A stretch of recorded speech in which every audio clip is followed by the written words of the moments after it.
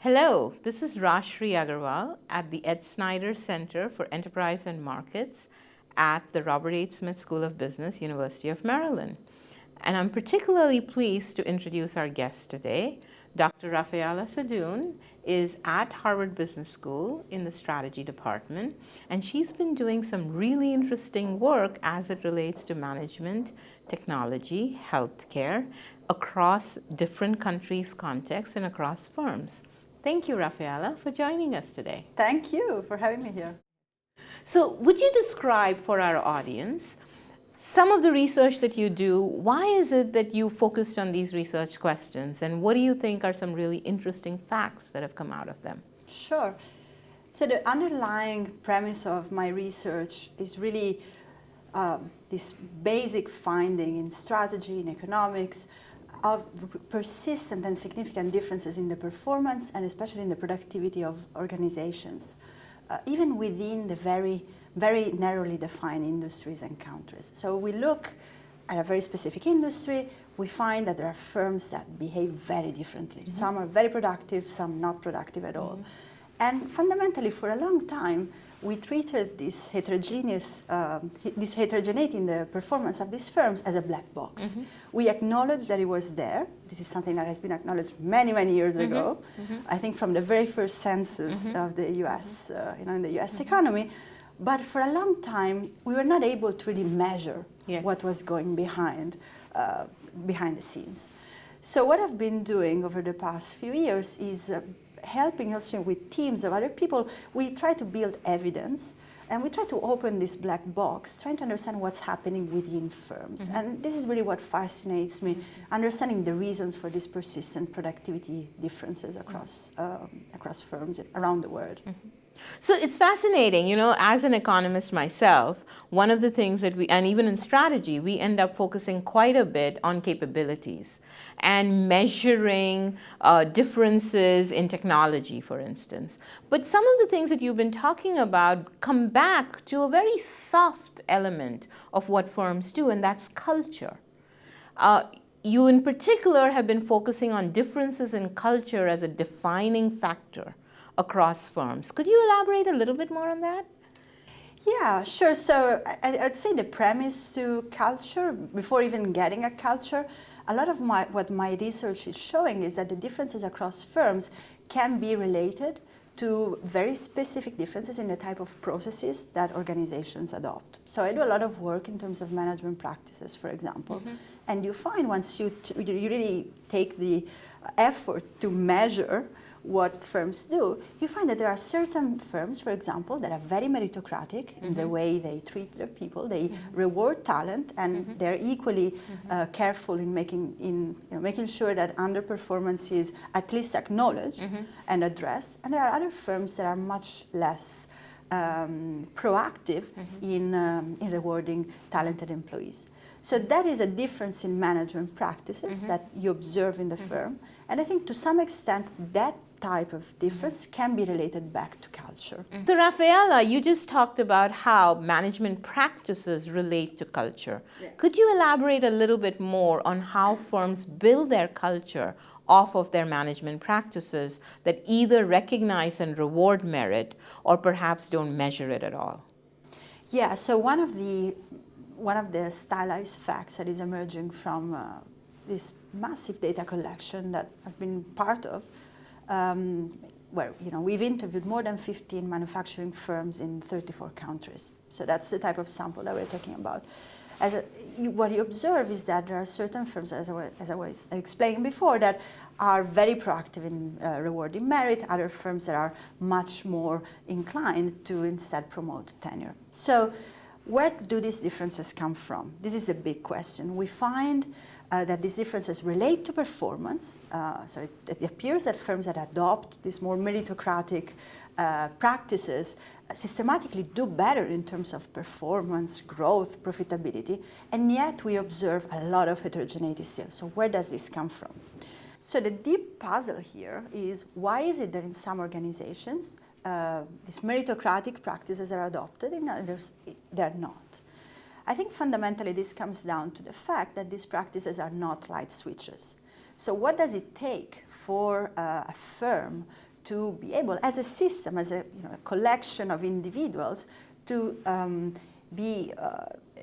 to systematically adopt processes that, again, are targeted towards not just a single individual, but as the coordination of the different individuals working for the firm.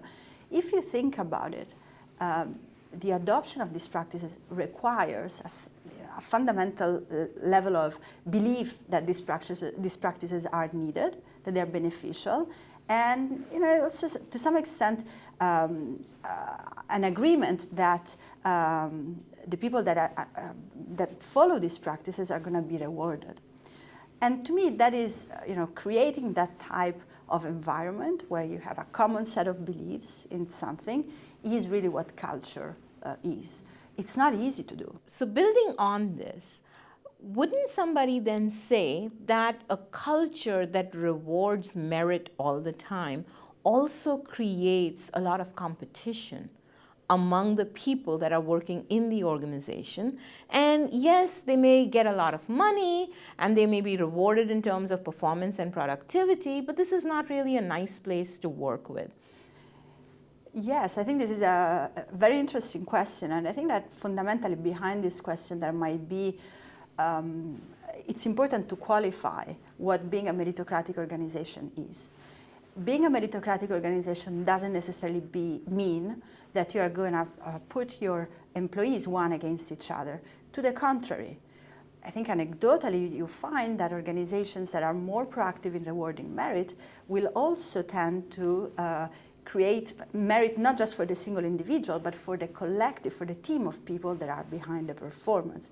And this is a very different type of environment to work for.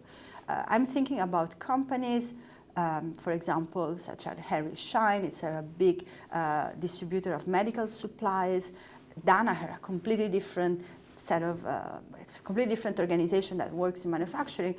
You walk into these companies and you do realize that there is a very strong sense of merit, but there is also a very strong sense of team. It's the organization that is accountable for the results in the good cases and in the bad cases. And this is really what I have in mind when I think about adoption of practices, meritocratic practices, and so forth. I'm not thinking about monetary incentives per se. So your work has also touched on elements of trust in organizations. Could you talk a little bit more about the role of trust across cultures, across countries here, not just cultures and organizations? Yeah, and this is a paper that I loved writing. It's a paper where we analyze. So we as I said, what I do, part of what I do is really measuring what's happening within firms. As part of this large research agenda, we measured one key choice that firms make, which is how much they want to delegate to lower level managers. So how much of the power that typically resides at the top of the organization is delegated down the hierarchy. Why is this a critical decision? Because delegating frees up time at the top. So if you whenever you can efficiently delegate, the person at the top effectively can do more things and can grow, and it's something that is related to firm growth as well. We find in this paper that the level of how much firms delegate is very strongly correlated with one key cultural variable, which is the level of generalized trust in the region where the headquarters of these firms is located. Now, why am I excited about this? Because this is really an expression of, it tells me how much of the of culture, of society shapes the decisions that are made within firms. And these are, as I said, these are important decisions because delegation is effectively something that leads. Of course, we need to be more specific, but on average, it leads to greater firm growth. So it's a key decision for business people and for managers to make. So what I understand, again, building from your other answers, that if team productivity is important, then being able to synergize and specialize across the team members and make sure that everybody is doing the work that they're best able to do is actually releasing time from the CEOs and the top managers to do what they can do best, which is create even more teams and create higher growth measures. Yeah, absolutely. And this is something that has been recognized in the management literature many, many years ago. I mean, if you look at Edith Penrose, for example, the book, The Growth of Firm, the theory of the firm, I mean, you will see there some very specific reference to this idea, the importance of delegation, the importance of making sure that every part of the organization is doing the job that is best suited to them. Now, what it turns out is that culture can be a very critical factor in shaping this delegation decision. And so this, I gave you the positive example when high trust leads to high level of delegation, but clearly you see and you observe in this paper, this is what we document, countries where the level of trust is low for historical reasons. Trust is typically shaped by institution and history, and you see that the firms are really centralized, and there is it's actually a friction, how much your level of distrust in a way inhibits your ability to delegate to other people, with clear implication for firm growth. So it goes both ways. High trust results in higher performance and productivity because of delegation. Low trust results in lower productivity because of the lack of delegation. It's definitely one channel there. So differences in culture, as you've just said, result in differences in management practices, and as a result, differences in performance. One of your papers, which I really like the title of the paper, by the way, U.S. multinationals do it better. IT. Exactly, yes. So tell us a little bit about the results of that paper, and again, how it links to the thoughts that you've just shared with us. Yeah, absolutely. So this is actually a paper that was a labor of love. So my first serious paper, I love that paper. And you know, the main result is something that I think is very related to this discussion that we're having about trying to explain differences in productivity across firms, but the point of the paper is even larger, it's across countries. So in that paper, we were able to observe something that is not typically found in micro-level data for firms, which is how much firms invest in information technology. Now, this is a major investment nowadays. It's been growing tremendously over time. And we were able to measure the take-up of information technology and its implications for firm performance across a very large sample of firms, all based within the UK. We use census levy data from the UK.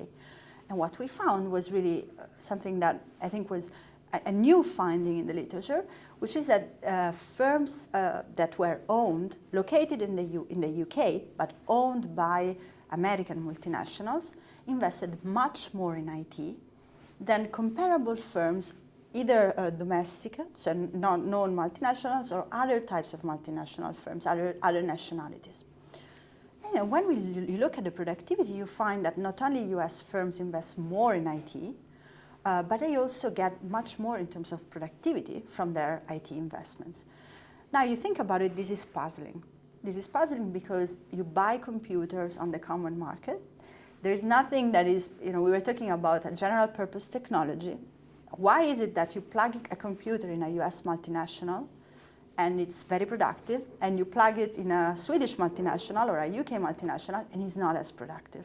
One of your findings or one of your explanations is that they're able to match the IT to the individual much better than other firms. Could you explain a little bit about what goes behind this matching process, and why is it that US multinationals are superior at doing that?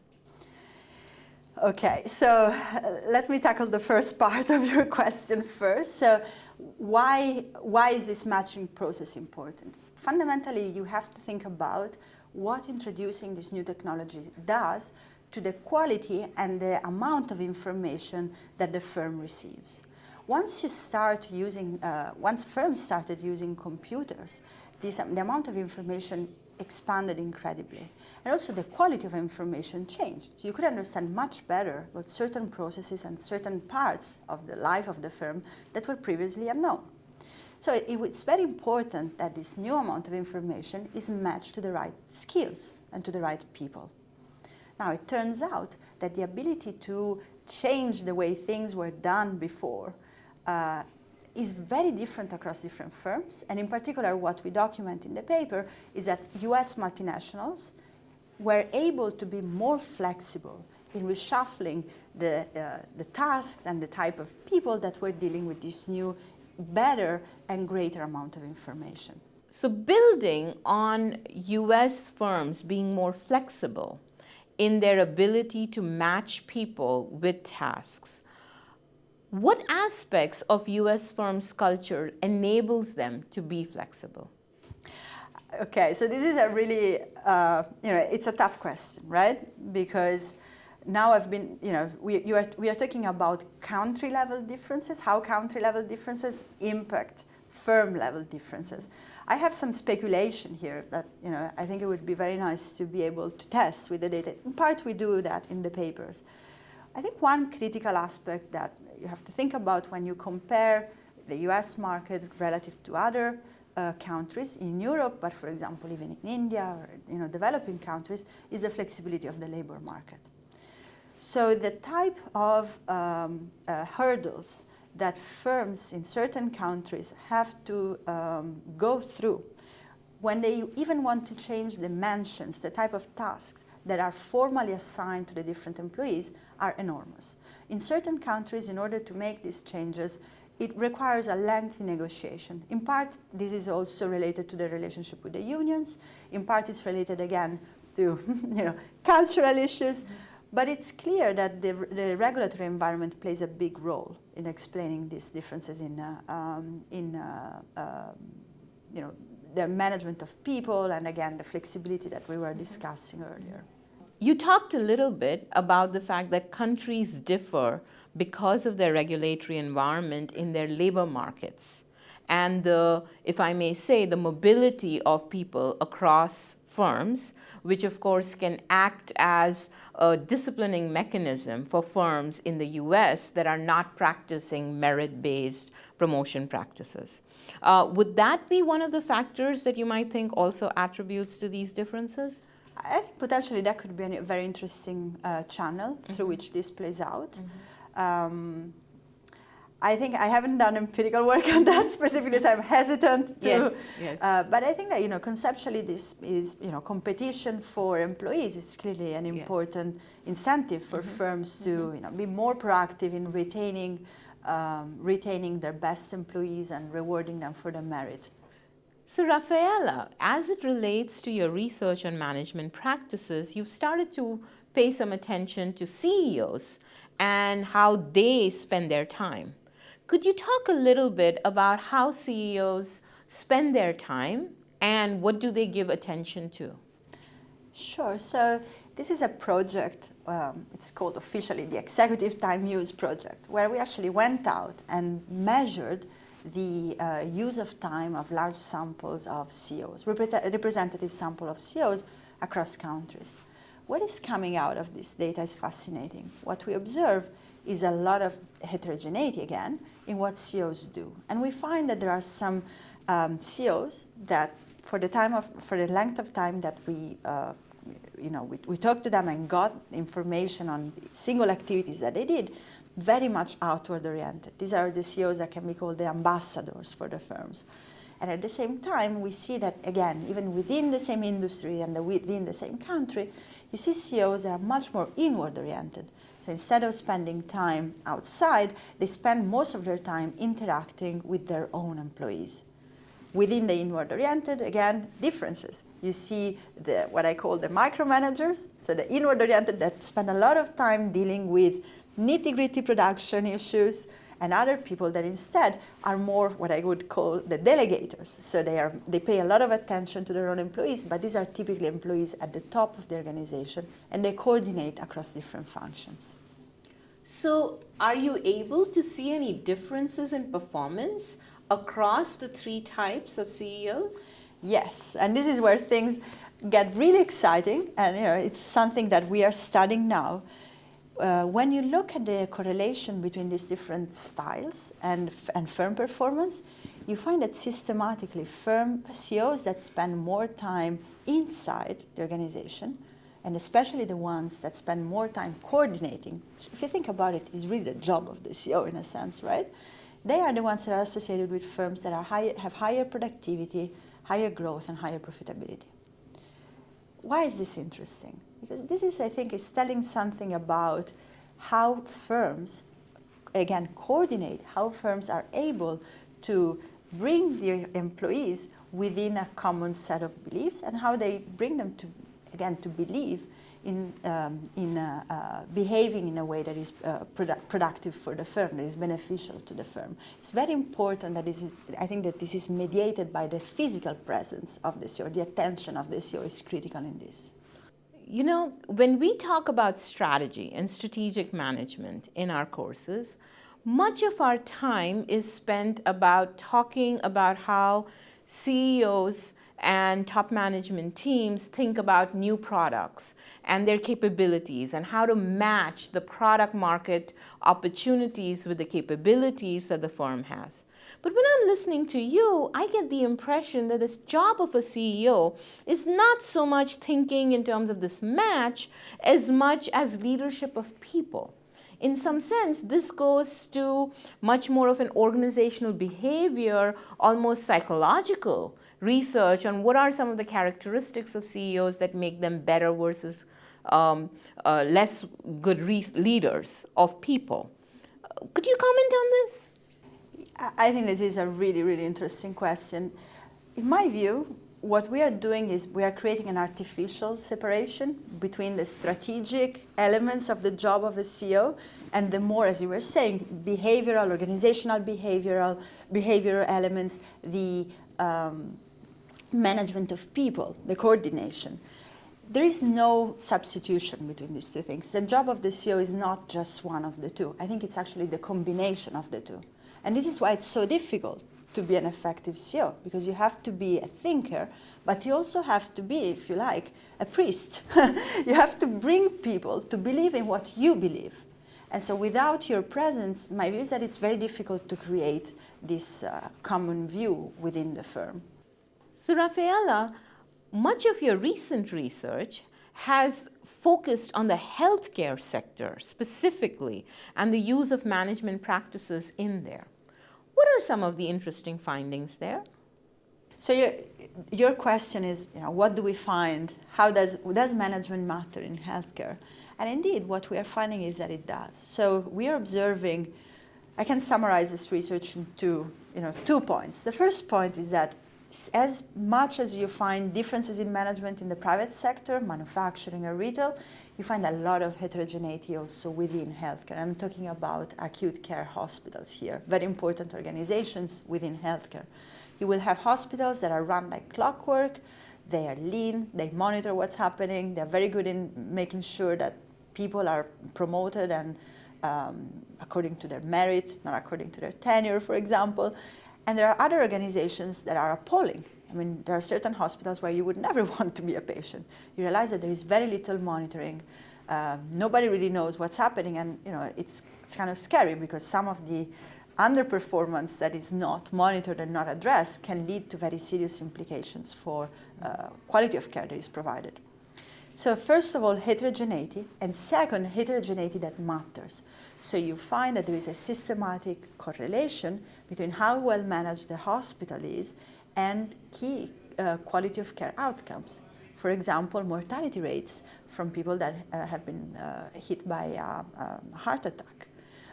So you find that hospitals that are better managed have much lower mortality rates. They are risk adjusted. They take into account the existing preconditions of the patients relative to hospitals that are not as well managed. So it really, the sense that we're getting is that management matters also within healthcare. So what I'm hearing you say, Rafaella, is that even in areas which would be technically considered non-profit areas and where there is clearly a lot of social good at stake, the discipline of business in terms of good management practices are very important in getting our social outcomes. So absolutely. Actually, management is critical even within these organizations that, as you were saying, have a social if you like, a social motivation, like a hospital. And this comes down to the fact that, if you think about it, what is a hospital? A hospital is a complex organization that is made of many different specialties that are trying to coordinate and work together for the health of the patient. Sometimes these specialties speak a different language. And so management, again, is a systems of processes that bring these different people to work together more effectively. That's what it does. So it's very important that even within these organizations, schools, for example, we've done work in schools too, it's very important that there is this attention to the processes, to the data, to the measurement, to the people.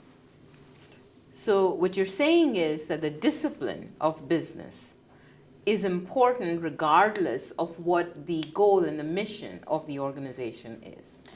This is what we are finding in the data, yes. So we are finding that these practices that we survey, you can call them the discipline of business, you can call them being systematic about what you do, trying to inject some objectivity in what you do and trying to coordinate different parts, different moving parts, is very important. It's very important in manufacturing, it's very important in retail.